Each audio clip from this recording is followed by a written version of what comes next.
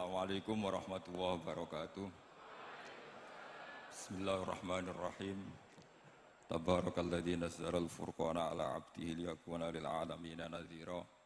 Allahumma shalli wa sallim ala sayyidina Maulana Muhammadin wa ala alihi wa sahbihi asma'in amma ba'du.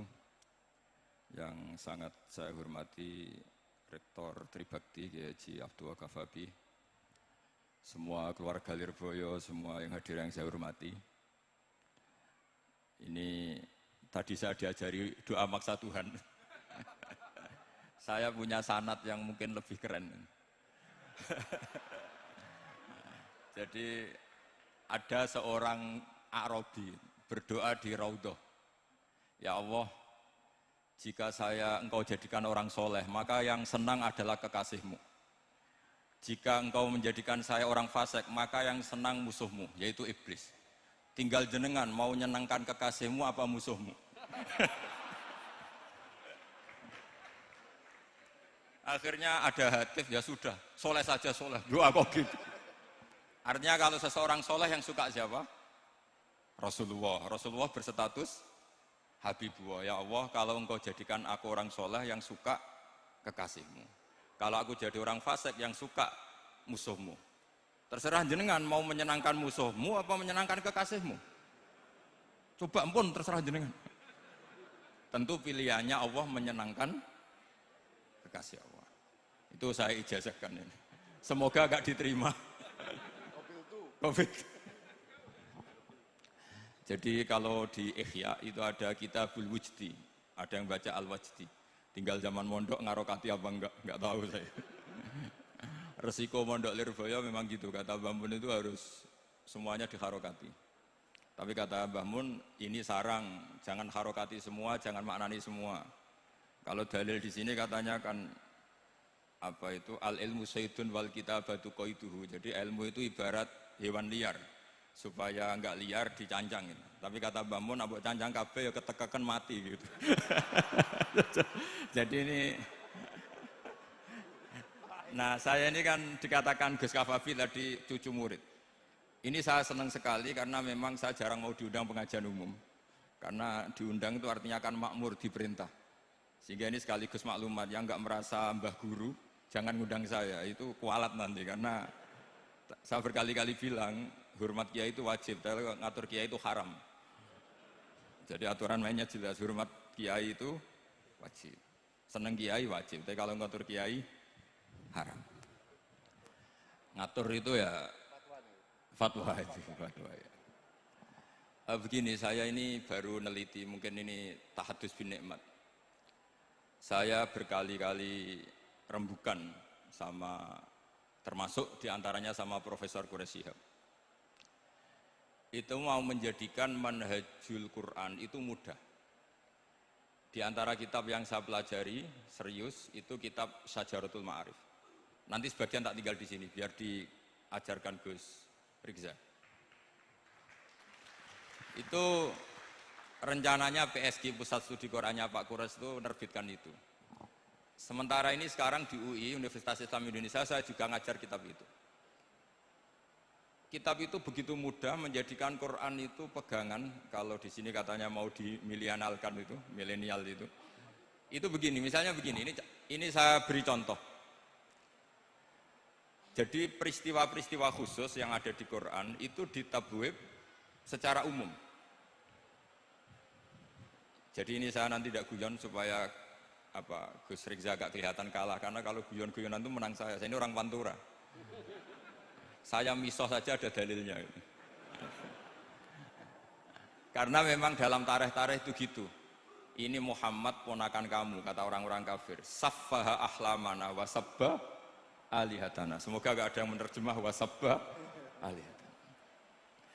Kitab itu mudah sekali. Misalnya begini, saya beri sekian contoh, mungkin 3 sampai 4. Babu nafil ibad bikullil bilad. Bab kalau seseorang itu harus manfaat di mana saja dia berdomisili. Terus beliau secara mudah bilang qala ta'ala hakian an Isa bin Maryam wa ja'alani mubarakan ainama kuntu. Saya adalah orang yang hidup di mana-mana itu membawa apa? Berkah. Terus beliau memberi judul secara umum Babu Nafil Ibad Bikullil Bilad.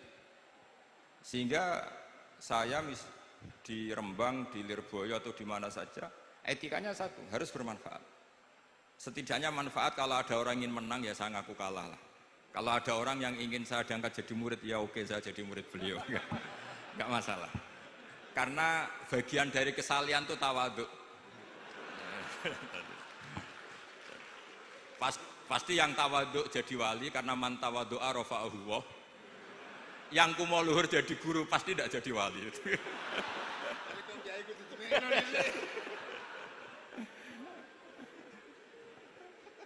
Terus ada bab yang sesuai dalam konteks Indonesia. Itu juga dibabkan umum, babu saddid dzara'i. Bab menutup pintu potensi-potensi yang enggak baik. Terus beliau mengutip qala ta'ala wala tasubbul ladzina yad'una min dunillahi fayasubbullaha adwam bighairi ilm. Jadi dulu para sahabat saking semangatnya berislam, itu saking semangatnya itu sering bilang jancuk lata, jancuk uzza. Jadi ini tidak jauh-jauh dari misah karena memang sudah dicap cangkem elek tadi. Terus mereka tanya, lalu kalau Tuhan saya jancuk, bahayanya jancuk juga Tuhan kamu. Akhirnya Allah bilang gini, Muhammad, umatmu kandhane aja misoi brolo, kurbane aku. Makanya terusannya ayat fayasubbuha adwam bi khairil. Dan itu oleh Syekh Izzuddin bin Abdissalam yang dikenal sebagai Sultanul Aulia itu dibabkan mudah sekali. Babu saddid dzara'i. Jadi kalau kamu ingin Allah tidak dipisoi, Islam tidak disakiti, kamu jangan menyakiti agama lain. Itu bagian dari mencintai Islam. Jangan kira kita hormat sama agama lain karena ikrar, tidak, itu bagian dari mencintai Islam. Terus mengutip sekian hadis, la yasubbur rajulu abahu. Sebagian riwayat la yal'anur rajulu abahu. Ada yang baca la yal'ani, terserah lah. Kalau nahiya la yal'an sapa rajulu, terserah itu apa khobar bimanal amri, apa bacanya la yal'an itu bisa dipasul masail nanti itu. Jangan sampai seseorang tuh misoi bapaknya. Kata para sahabat, wa kaifa yasubbur rajul abahu. Bagaimana mungkin seseorang misoi bapaknya sendiri? Terus kata Rasulullah, yasubbu abar rajuli fayasubbu abah. Wa yasubbu ummar rajuli fayasubbu ummah. Dia misoi bapaknya orang lain kemudian dibalas bapaknya dipisah. Ini penting saya utarakan. Jadi mudah sekali. Terus dibabkan di bab umum itu babu saddid dzara'i. Sehingga peristiwa yang khususiyah ini menjadi bisa ditarik kesimpulan secara umum dan Quran maupun hadis mengawal kita ila yaumil kiamah. Karena kita tidak kehilangan stok untuk memaknai Quran dan hadis dengan cara yang diajarkan Syekh Izzuddin bin Abdissalam yang kita kenal beliau termasuk Sultanul Ulama. Contoh ketiga ini yang paling penting dan itu saya sering utarakan. Beliau bikin judul la yutrakul haqqu li ajlil batil. Kebenaran tidak boleh ditinggalkan hanya karena banyak kebatilan. Uniknya apa? Beliau pakai dalil, saya yakin seorang dokter Riza pun tidak terlintas kalau itu ada. Meskipun bikin rumus istihad tadi yang nggak ada kembarannya tadi. Karena ulama yang waras ya nggak ingin ngembari rumus seperti itu. Memang nggak perlu dikembarin, apalagi dosen-dosen tribakti itu nggak suka. Ini padune ra kuat gaji kan gitu. Itu kan dalih ya, dalih supaya ngirit ya. Wes mulang gak arep-arep gaji barokah gitu. Itu mesti kong kali kong sama bendara itu. Karo yayasan itu. Itu ada judul la yutrakul haqqu li ajlil batil. Itu uniknya beliau hanya dalil inna sofa wal marwata min sya'airillah faman hajjal baita wa atamara fala junaha alaihi ayyat tawafa bihima. Sofa dan Marwah itu hakikatnya adalah min sya'airillah, termasuk syiar-syiarnya Allah. Maka siapa yang haji maupun umroh enggak apa-apa. Allah dalam bahasakan itu enggak apa-apa, fala junah enggak apa-apa, terus saja tawaf di situ. Memang dalam bahasa Quran enggak bahasa sa'i tapi pakai bahasa tawaf, ayat tawafa bihima. Kata Syekh Izzuddin bin Abdissalam, di sofa ini ada Isaf nama berhala, di Marwah ada Nailah juga nama berhala. Yang orang-orang jahiliyah dulu ini menyembah dua berhala ini. Karena ada berhala mereka merasa risih kalau ibadah ritual tauhid di situ. Tapi kata Allah, teruskan saja kamu tawaf di situ atau sa'i di situ. Artinya apa? Kebenaran tetap diperintahkan meskipun ada kebatilan. Jadi gampang sekali. Terus beliau bikin judul la yutrakul haqqu li ajlil batil. Barang hak itu tidak boleh ditinggalkan karena barang batil. Saya di mana-mana kalau boleh dikatakan fatwa. Kalau ada orang mati karena narkoba atau karena mendem atau karena koplo atau karena oplosan, itu kita sebagai kiai datang saja. Tapi tidak harus kiai yang top-top kayak Gus Rizal, salah satu kiai datang. Karena sekali kita tidak datang, mereka akan menciptakan tradisi baru dalam penguburan. Kiai ratekong, soleh-soleh ratekong, dipendem ala mereka. Didekno ambek diminumi arak. Sehingga kita datang ini karena apa? Sebetulnya demi melaksanakan syariat Islam, memperlakukan janazatul muslim. Kita kelola secara Islam. Meskipun mangkel, kita mangkel, wong mati kok oplosan. Mati-mati pas sujud kan keren. Atau mati karena gaji terlambat kan keren. Ini mati kok. Atau mati karena miskin telat apa? Gaji kan keren, tirakat lah, qanaah. Nah. Betul, ini mas-mas kalau yang mencintai bapak tidak kesampaian, syahid cinta itu juga syahid. Asal tidak pernah lihat, tidak pernah SMS. Ngempet tok, itu kalau mati itu syahid. Tapi syaratnya nggak ngelihat, nggak nge-SMS, nggak WA. Pokoknya seperti itu. Nah, ini penting saya utarakan. Saya pernah diundang salah satu acara akad nikah. Itu yang undang itu nanggap ketoprak. Gus nanti ada ketoprak di rumah saya, tapi jangan nggak usah lihat itu. Tapi jam 9 ngakatkan anak saya. Ya saya datang. Pas itu memang nggak ada udzur saya datang. Itu sudah ada biduannya banyak di situ. Kenapa saya datang? Pikiran saya tadi. Kalau kiai tidak menyaksikan akad nikah, nanti mereka bisa bikin cara akad dengan cara mereka sendiri.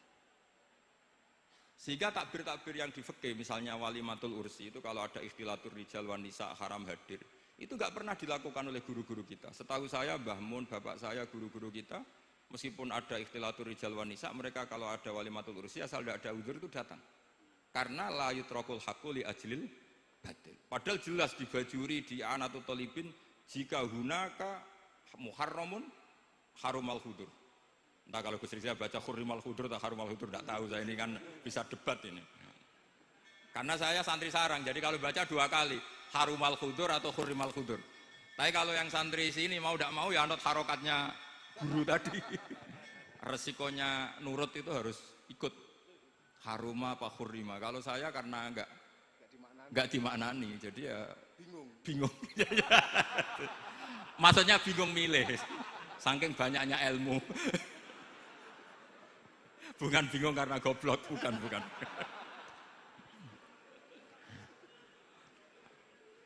Ini penting saya utarakan. Jadi judul itu penting sekali. La yutrakul haqqu li ajlil batil. Contoh keempat, babu tolabil manzilah. Seorang yang terpercaya itu boleh cari pangkat di pemerintahan. Beliau dalilnya gampang sekali. Yusuf ketika merasa mampu mengendalikan ekonomi, ketahanan pangan zaman itu, beliau matur ke Aziz, ke penguasa Mesir, qala ja'alni ala khazainil ardh. Jadikan saya sebagai pengelola hasil bumi. Ini hafizun alim, saya ini orang terpercaya, saya ini orang yang pinter. Maka ngaku pinter itu boleh asal pinter betul. Karena Nabi Yusuf bilang ini hafizun alim. Ini sudah 4, sampai berapa? 7 sampai 7. 5 dan nanti ilmunya habis. Jadi saya mohon nanti kitab itu saya tinggal 1, tolong dipelajari teman-teman supaya ada cara mudah. Dan kitab itu pernah dibaca Syekhina Kiai Maimun di Sarang, pernah tak bawa ke Jakarta, saya diskusikan dengan Pak Profesor Quraisy Shihab. Terus sekarang juga dalam proses diterjemah. Tapi saya mohon ini yang nggak penting, terjemahnya itu tidak penting sebenarnya. Ini anak-anak Lirboyo kan bisa ngartikan sendiri, bukan sekedar terjemah tapi ngartikan sendiri. Itu unik, cara memahami itu unik sekali dan mudah. Jadi setiap peristiwa khusus itu diberi judul umum. Nah barokahnya judul umum ini, Quran itu menjadi ngawal kita ila yaumil qiyamah. Tapi kalau itu kamu anggap ini peristiwa Yusuf, ini peristiwa Yakub, peristiwa Ibrahim, maka seakan-akan Quran itu tidak untuk kita. Makanya tadi, misalnya wala tasubul ladina dibabkan babu sadid dzara'i. Itu semudah itu, segampang itu. Sehingga dalam kitab Minhajul Abidin diterangkan ada seorang wali yang takut dosa karena banyak perempuan cantik yang pakai celana pendek, banyak bulat lah di dunia itu. Singkat cerita dia uzlah, dia santai-santai di gunung makan rerumputan. Terus ada wali yang kelasnya lebih tinggi. Kamu di sini ngapain uzlah? Kenapa? Meninggalkan dosa. Terus digojlok sama wali yang lebih senior. Kira-kira saya gojlok Gus Rizal gitu. Kata si wali yang lebih senior tadi, taraktum ummata Muhammadin fi aidil mubtadi'ah. Sebetulnya kamu itu tidak menghindari dosa, tapi malah parah. Ketika umat tidak kamu pimpin, artinya membiarkan dipimpin kelompok lain. Dan itu bisa orang ahli bid'ah, bisa orang kafir, bisa yang lebih menyesatkan. Jadi uzlah itu tidak solusi. Ini pentingnya pembanding. Jadi gak apa-apa nanti setelah saya ngisi, dikasih kesempatan untuk bully saya, gak apa-apa. Saya terlalu sakti untuk dikalahkan. Jadi artinya muhibin saya itu gak ngefek lah kalau saya diadili siapa? Gus Riksa. Gak ngefek. Jadi menurut saya nanti tak kasih kesempatan untuk ngadili saya. Terus setelah itu selesai, saya tidak jawab lagi. Sebagai latihan calon wali itu harus sabar, man. Jadi wal kadhiminal ghaidha wal afina anin nas. Jadi setelah saya dibully nanti saya bilang sudah saya maafkan, wassalamualaikum, terus gitu. Terus contoh yang paling ekstrim gini Gus Rizal, ada contoh babu jawazin namimah limaslahatin. Bab boleh adu-adu. Adu-adu itu mengadukan satu peristiwa yang buruk ke orang lain karena maslahat. Itu contohnya unik sekali, saya ini bingung, masa ada namam atau namimah kemudian ditoleransi. Terus beliau pakai dalil wajah arojulum min aqsal madinati yas'a qala ya Musa innal mal'a ya'tamiru nabikal yaqtulu kafakhrus innilaka minan nasihin. Musa, saya ini pegawai kerajaan Fir'aun, saya termasuk perwira di kerajaan Fir'aun. Saya tahu rapat tadi malam itu memutuskan menangkap kamu untuk dibunuh. Maka kamu harus secepatnya keluar dari Mesir. Itu kan sebetulnya tipikalnya agak namimah, adu-adu, tapi limas lahatin. Itu mudah sekali kitab itu. Jadi saya mohon anak-anak Tribakti yang mau mengkaji Quran ingin alim, pakai kitab itu. Saya jamin kalau khatam pasti alim. Khatam paham maksudnya. Daripada sampean pakai metode usul fikih itu keruwetan, karena selain judulnya sudah ruwet. Usul itu sudah ruwet. Dulu saya ngaji di Sarang itu semua satu kelas itu semuanya dapat 4 tuh. Kecuali saya tidak dapat nilai karena gurunya bingung biji. Tidak tahu bingungnya itu karena dianggap terlalu alim atau terlalu goblok, tidak tahu saya. Yang jelas usul fikih saya itu nggak ada nilainya. Begini kalau dalam usul fikih kan begini. Ya ini agak menghormati pasca sarjana, jadi agak-agak ruwet biar kesannya itu ya intelek atau pinter lah gitu. Kalau guyon terus itu kan nganggap sampean itu isane mau paham guyon itu. Jadi kan ngergani orang seperti orang guyon terus itu. Tapi ini agak serius. Begini. Misalnya saya sebagai kiai ngundang Zaid, kamu ke sini. Saya jelas sebut Zaid ke sini, ada tamu. Sebetulnya saya ingin Zaid apa ingin cah dalam siapa saja asal bisa melayani tamu. Zaidun itu zikrul ba'di wa iradatil kul apa zikru Zaidin bi ainihi. Itu kan jadi perdebatan di ilmu usul fikih. Ketika Zaid gak ada, terus di situ ada pelayan yang bernama Bakar Umar gak datang, pasti kayaknya marah. Cek sombong ya santriku, tak udang rano sing moro. Terus misalnya anak-anak bilang, Pak Yai Anda kan tadi manggil Zaid, tidak manggil kita. Cek goblok maksudku ono sing nyuguhi teh. Ora kudu Zaid, Bakar Umar yo kena. Bocah kok goblok kan mesti gitu. Artinya gini, menyebut aktor dalam Quran atau hadis itu yuradu syakhsun bi'ainihi, apa itu bagian dari zikrul ba'di wa iradatil. Sehingga semua peristiwa di Quran, entah itu nyebut Fir'aun, berarti mewakili orang togo, orang yang lanjut. Menyebut Musa, mewakili orang baik. Apa bagaimana? Itu jadi perdebatan. Nah itu di kitab usul fikih itu penjelasannya ruwet sekali. Sehingga mungkin misalnya begini dalam satu kaidah usul fikih. Hormati tamu yang datang ke saya, siapa saja. Setelah itu saya ralat, hormati Zaid jika datang bertamu ke saya. Dalam usul fikih itu potensi Zaid ini menjadi mukhassis, berarti siapa saja menjadi batal karena ditaksis kata Zaid. Ada potensinya begini, siapa saja tetap berlaku, dan kiai menyebut Zaid adalah zikru ba'di afrodi dzalikal kulli, menyebut individu dari kuliah yang masuk. Jadi tetap hormati tamu siapa saja. Yang termasuk siapa saja adalah Zaid. Apa siapa saja tidak menjadi hukum karena terganti hanya khusus Zaid. Itu jadi perdebatan di perdebatan usul fikih. Jadi terlalu ruwet. Tapi kalau di kitab tadi yang Syajaratul Ma'arif karangannya Izzuddin bin Abdissalam, itu gampang sekali. Saya baca itu min awali hatta akhir itu tidak ada yang iskal, gampang sekali, mudah sekali. Karena tadi mungkin dikarang ahlinya dan dibaca oleh ahlinya, jadi gampang sekali ini. Jadi semudah itu, istidlal itu gampang sekali. Ya saya ulang lagi tadi, karena ditulis orang ahli dan dibaca oleh orang ahli. Tapi saya pastikan kitab itu tuh mudah sekali. Kenapa saya menyarankan begitu? Karena begini, sekarang tuh banyak orang menafsirkan Quran karena hanya melihat terjemah atau dengar-dengar dari orang lain. Sementara kita yang gudangnya, kita ya semua lah santri, sarang, lirboyo semua, itu tidak mau memulai. Andai kan kita mau memulai, maka kita akan tahu apakah zikrus syekh itu menjadi ta'yin, harus itu, atau zikrus syekh itu zikrul ba'di wa iradatil kul. Saya beri contoh masalah hukum fikih, karena ini bidang saya dulu ketika muda sering makili Anwar Musyawarah di Lirboyo.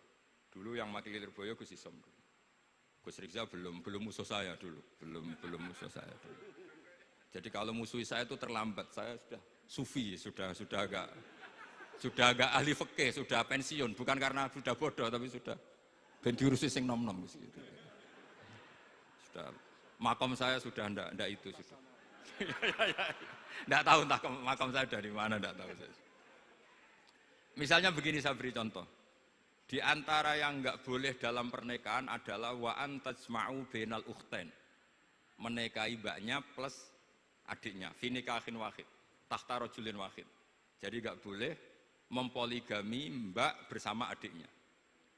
Kalau kita percaya zahirun nas, maka yang haram hanyalah wayoh atau berpoligami mbak dan adik.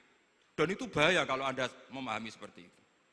Zaman Rasulullah Sugeng ngendikan ditambahi satu tok sama Nabi. Wala benal mar'ati wa ammatiha wala benal mar'ati wa kholatiha. Itu kalau orang Jawa kan satu, karena bulik dan bude. Orang Jawa itu sama, dari bapak ya bulik, dari ibu juga bulik. Tapi kalau orang Arab bilang min jatil ab disebut ammah, min jatil dikatakan kholah. Nabi zaman Sugeng itu hanya nambah itu tok. Juga gak boleh menikahi ponaan plus buliknya atau menikahi buliknya plus ponaannya. Kemudian oleh ulama fikih ditambahi satu kaidah. Dua perempuan yang kalau saja laufurido itu kalau saja diandekan yang satu lelaki tidak boleh nikah, maka orang ini tidak boleh dijamu dikumpulkan tahta rajulin wahid. Berarti memasukkan siapa saja? Mbah dan cucunya, perempuan dan buliknya, perempuan dan saudaranya. Nah, artinya gini, andekan yang disebut Quran itu menjadi itu saja hukumnya, maka yang haram poligami hanya mengumpulkan mbak dan adiknya, karena Quran hanya bilang wa antajma'u bainal ukhtain. Tapi tentu itu kebodohan. Mesti gak tahu ngaji usul fikih. Kitab yang pantangannya orang banyak, ya pantangannya gurune bareng, jadi itu bukan pantangan muridnya saja, ya pantangan gurune bareng. Akhirnya apa? Itu kita analisis bahwa ini mimbabi dzikril ba'di wa iradatil kul. Mungkin ada ulama yang era Imam Syafi'i meredaksikan wa antajma'u bainal ukhtain ibaratun anil jam'i bainal mahromen. Apapun itu, tetap ukhtain di sini itu satu percontohan mengumpulkan dua perempuan yang ada hubungan mahram, entah karena saudara kandung atau bulik bude atau mbah sama cucu. Lalu pertanyaannya, kenapa Quran tidak menyebutkan mbah dan cucu? Kebayang nggak misalnya Gus Rikza nikah orang perempuan cantik umur 25 plus mbahnya umur 70 tahun? Nggak mau membayangkan. Katanya tidak mau membayangkan.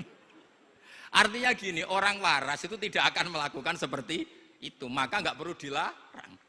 Tapi nak rabi bae sesuai gedon, jebule ayu adi itu banyak. Terus dongano bae mati itu banyak itu mungkin.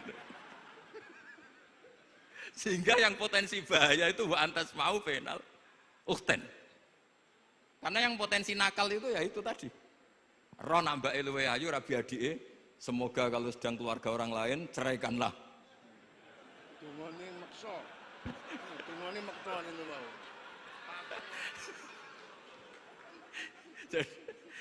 Jadi ini penting saya utarakan. Jadi ini serius tapi saya tetap rileks. Jadi mohon dipelajari lah usul fikih. Kalau usul fikih Anda kesulitan, pelajari saja kitab Syajaratul apa?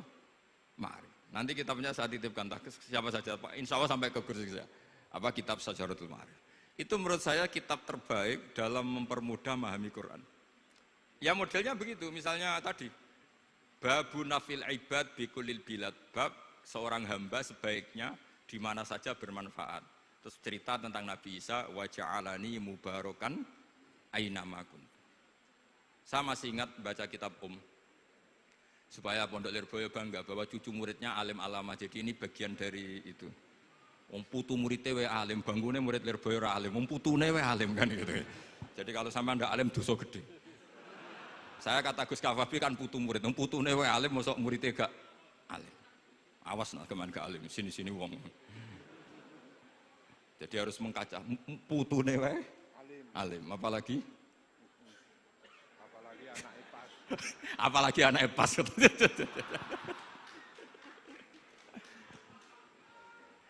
Jadi tadi sampai mana Gus? Lupa ya.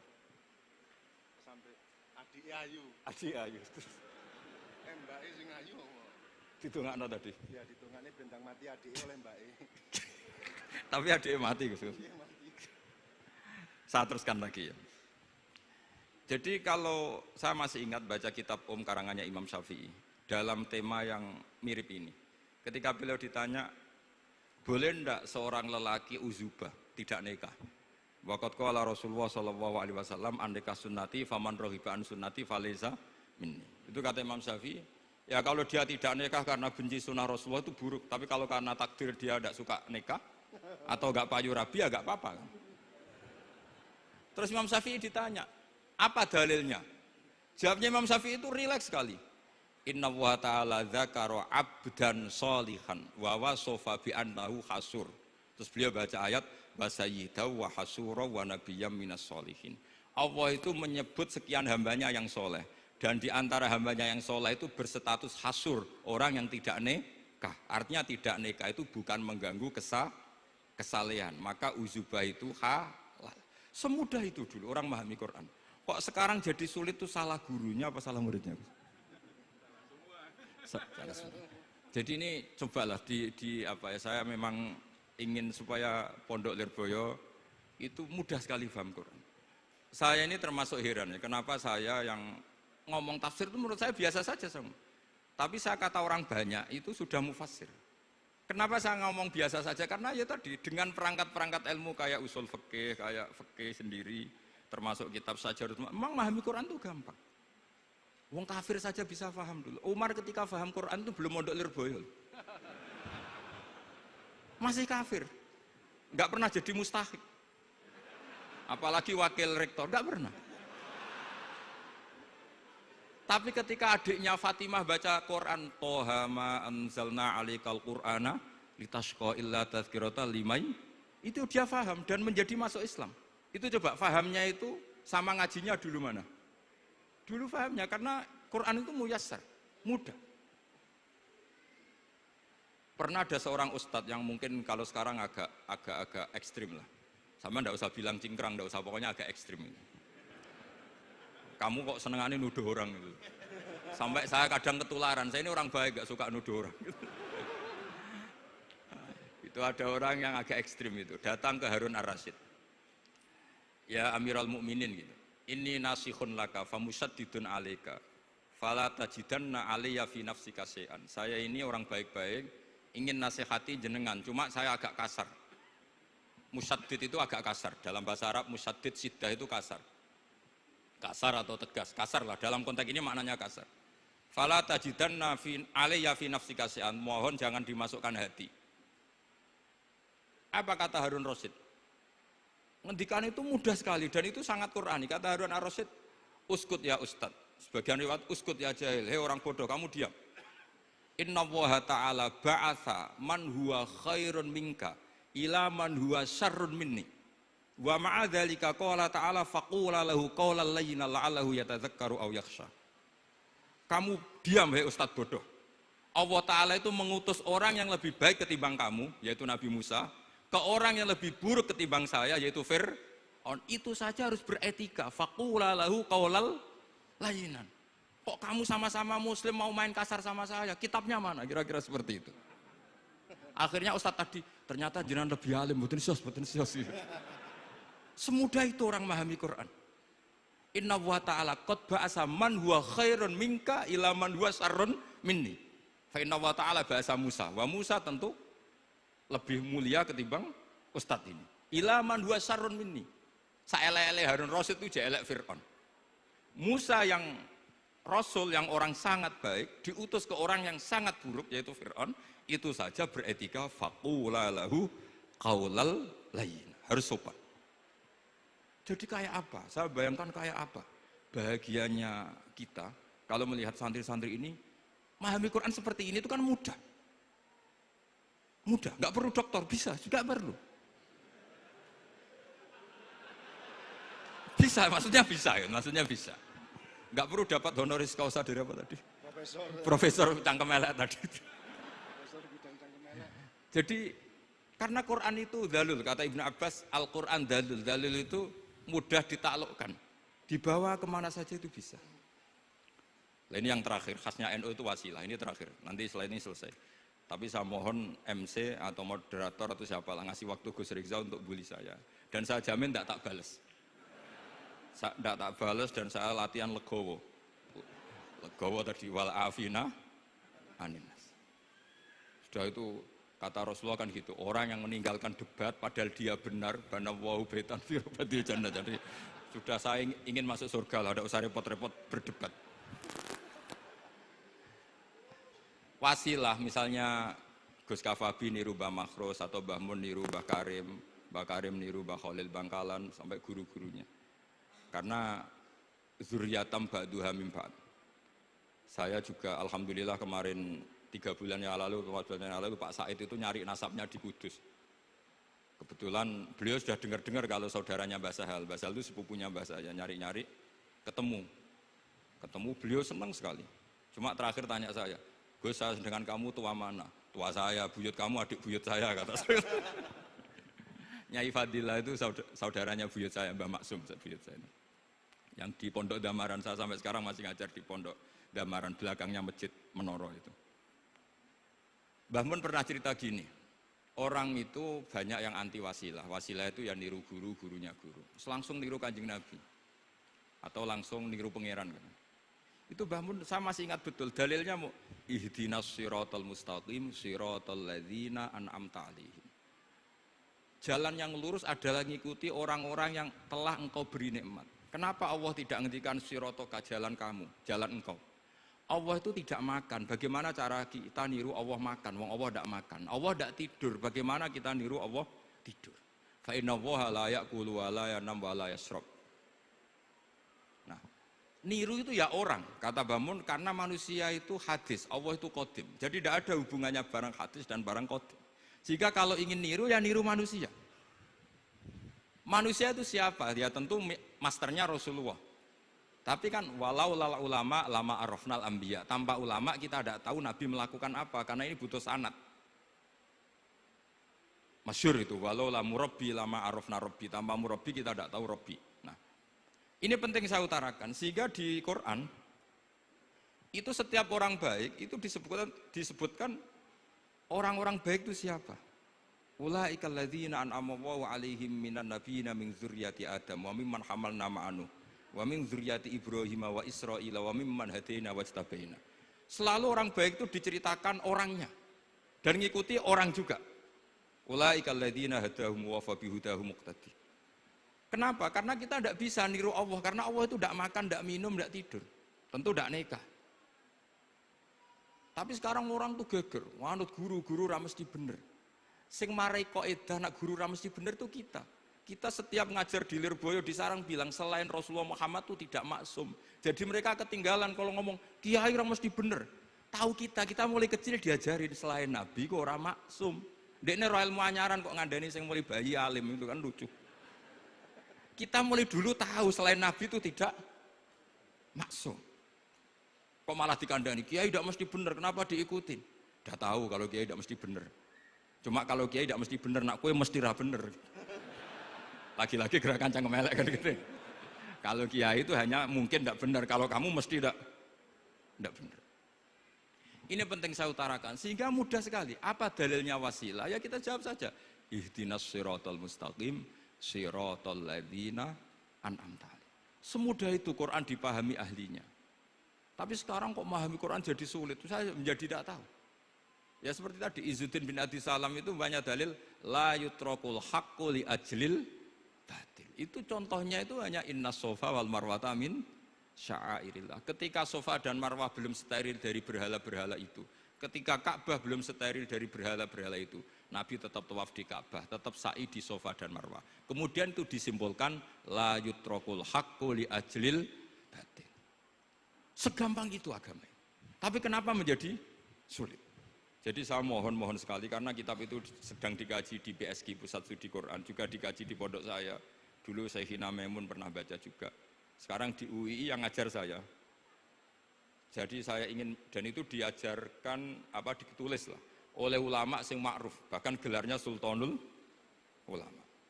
Dalam kasafnya Sayyid Abil Hasan Asyadzili, dalam kasaf beliau mengatakan, saya pas kasaf dengar satu suara, satu hatif, ya Ali, ma'ala wajil ardi, tidak ada di muka bumi ini kajian fikih sing abha, yang lebih bersinar, yang lebih moncer ketimbang kajian Izzuddin bin Abdi Salam. Dan tidak ada kajian ilmu hadis mengalahkan kajian Abdul Azim Al-Mundhiri yang ngarang At-Targhib itu. Era Sayyid Abil Hasan Asyadzili. Dan tidak ada kajian ilmu hakikat sing abha min majlisika. Dan alhamdulillah kita punya kitab itu, Qawaidul Ahkam Syajaratul Ma'arif Izzuddin bin Abdi Salam.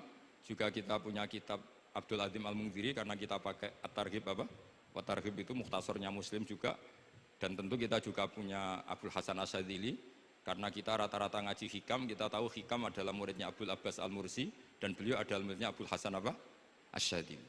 Sehingga kita insya Allah ngalami dzurriyatam ba'duha min ba'd. Baik dzurriyah nasabiyah maupun dzurriyah sababiyah. Kayak saya tadi dikatakan Gus Kawabi, putu Lirboyo karena Mbah Mun ngaji di Lirboyo.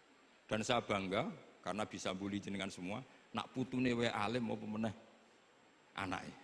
Pun sepakat iki, nak putune wae alim maupun meneh anake. Pun assalamualaikum warahmatullahi wabarakatuh.